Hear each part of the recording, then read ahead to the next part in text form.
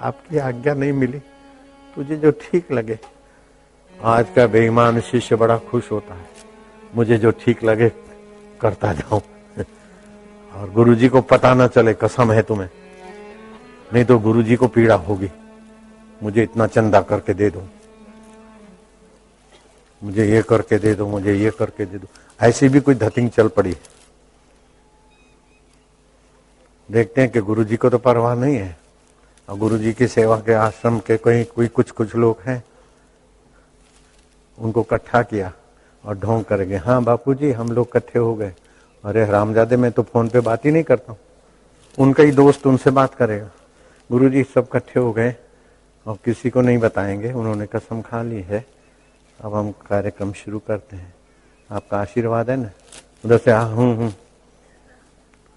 और मेरे को तो पता ही नहीं ऐसा भी एक ग्रुप चल पड़ा है, और उस ग्रुप को पता नहीं कि अब हम इस समय कहां पर हैं। वो समझता है बापू को पता नहीं, लेकिन मुझे पता है वो ग्रुप इस समय कहां है। नारायण हरि हरि ओम हरि हरि ओम हरि।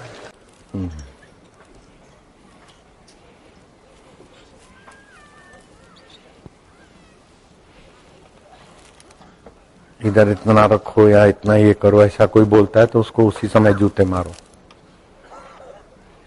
समझ गए। फिर भी ऐसी गैंग चल पड़ी, लोगों से पैसे उगराते, ये है ऐसा है ऐसा है। तो मैं इसीलिए आज कह रहा हूं कि नेट डे के द्वारा सब जगह जाए, कोई भी ऐसे आपस में 2 आदमी 4 आदमी 10 आदमी 50 आदमी, फिर ये गैंग बन जाती है आपस में, और वो गैंग काम कर रही है भक्तों को फंसाने का। और उस गैंग को पराए बाहर के नहीं, हमारे अंदर वाले ही गैंग में शामिल है। आए है, एक बार मैंने कहा संत श्री आशाराम आश्रम आगरा में नकली घी बिकता है मुझे बड़ा आनंद आया, क्यों आगरा का संचालक को पता नहीं था, पूना से कोई गाय का घी करके बेचने वाली डेयरी से घी लेते थे और बेचते थे। तो लोग समझते थे कि बापू के आश्रम में बिक रहा है तो बापू की गौशाला का होगा, तो लोग तो बेचारे गौशाला का समझ के लेवे, और वो लेबोरेटरी टेस्ट से प्योर घी। अब मैं क्या, पूना में इतनी गाय देसी रह नहीं सकती कि देश भर में वो घी बेचे। क्लाइमेट, वातावरण और महंगाई, इतना घी हो ही नहीं सकता। कि कहां से लेते, बोले पूना की डेयरी से लेते। मैं क्या, नकली घी है। बर्तानिया वाले भी वो घी बेचते थे, प्योर घी गाय का। वो कोई बेचे, हमारा उससे कुछ नहीं, लेकिन मेरे आश्रम में अथवा मेरे नाम से कोई साधक ठगा जाए, मुझे बर्दाश्त नहीं था। तो मैंने जाहिर कर दिया, आगरा आश्रम संत आशाराम आश्रम में नकली घी बिकता है मेरे नाम को तो बट्टा लगा, लेकिन मेरे दिल को संतोष हो गया।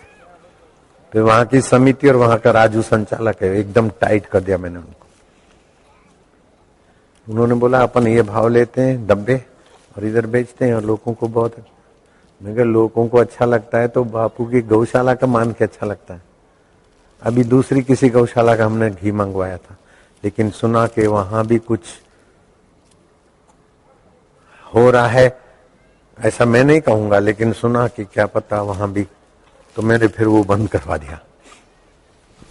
मैं उस जगह का नाम नहीं लूंगा, किसी को बदनाम करना मेरा स्वभाव नहीं है, लेकिन भगवान के नाम से, संत के नाम से कोई ठगा जाए तो बनते भगत ठगते जगत पड़ते भव की जाल में।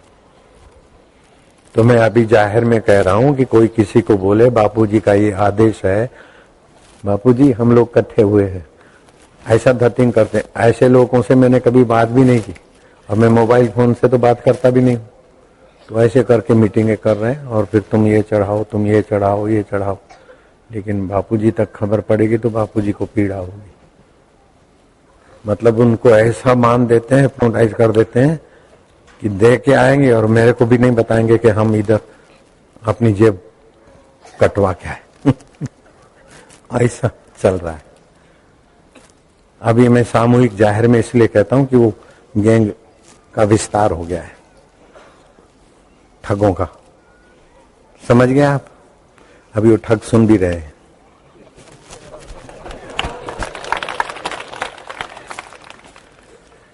बापूजी आज क्या बोलते हैं, आज क्या बोलते हैं, उनका ध्यान इधर भी होता है। एक दो आदमी उधर भी लगे रहते हैं और वहां भी रखो रखो।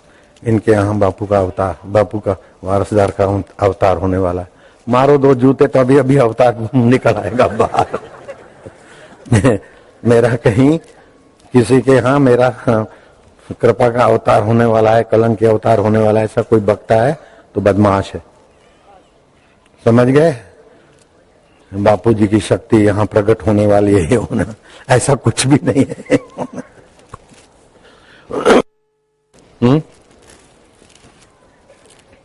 देखो आप बापूजी को भी नहीं बताना, क्योंकि बापूजी ने इस बात को बड़ा गोपनीय बोला है। लेकिन बापूजी को भी पता चला कि बात भी खुल गई तो बापूजी को ही पीड़ा होगी, तो कसम डालेंगे आप नहीं बताओ। फिर धीरे धीरे धीरे बातों में ला के उनके आस मत्था टिकवाएंगे। अभी मत्था टिकवाने का काम चल रहा है इस समय।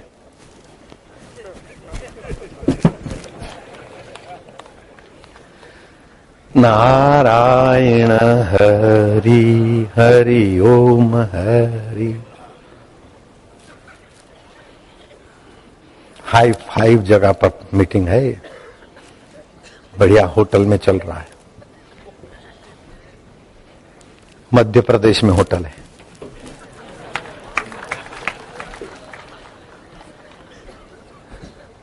अब मत्था टेकवाने का काम भी चल रहा है मध्य प्रदेश में होटल, और मध्य प्रदेश में वो भोपाल है। और क्या पोल खोलना है? नारायण हरि हरि ओम हरि। वहां खबर पहुंच गई। अरे बापू को किसने बताई? लिख कैसे हो बात? धबक धबक धबक हृदय की धड़कनें चालू हो गई। वहां मैं यहां बोल रहा हूं, धड़कनें वहां चालू हो गई। कशो कशो कशो જોઈ લો, કશો વાંધો નહીં તો કશો વાંધો કેટલો થયો। ब्रह्म के साथ कोई भी दगाबाजी करता है तो कुदरत उसको ऐसा ही करवा देती है कि उसके ही पोल खुल जाते। मैं बाइक पे जा रहा था, मेरे को पीछे भी गोली लगी, आगे भी गोली लगी। फिर मैं प्राइवेट हॉस्पिटल में एडमिट हुआ और फिर 2 दिन वहां इलाज किया। अब मैं सरकारी हॉस्पिटल में। बापू ने मेरे को गोली लगवाई, ये करा वो क्या। ऐसा बोलता है कि लिखने वाले लिख लिया और उसी का बोला वो उसी का मुंह काला के। बापू को तो कुछ नहीं हुआ। सत्य को आंच नहीं, झूठ को पैर नहीं। आप सत्य स्वरूप ईश्वर से डटे रहो। प्रकृति आपके इर्द गिर्द कितना भी कुछ हो जाए, घुमा फिरा कर जो करते उन्हीं का दुष्कृत्य, उन्हीं की वैल्यू कम कर देता है। आप भगवान में मस्त रहो। हम किसी का बुरा चाहते नहीं, बुरा सोचते नहीं, बुरा करता नहीं। तो हमारा कोई कितना भी बुरा चाहे, बुरा सोचे, बुरा करे, करने तो कितना करता है, कितना करता है। सूरज की तरफ कितना भी ज्यादा थूको तो आएगा कहां? आकाश के तरफ कितना भी थूको तो जाएगा कहां? इसलिए ब्रह्मज्ञानी सदा मस्त रहता है। मस्त पड़े महिमा में अपनी, गैर राम अब और नहीं। अब हमारा राम भगवान हमसे दूर नहीं, दुर्लभ नहीं, परे नहीं, पराया नहीं।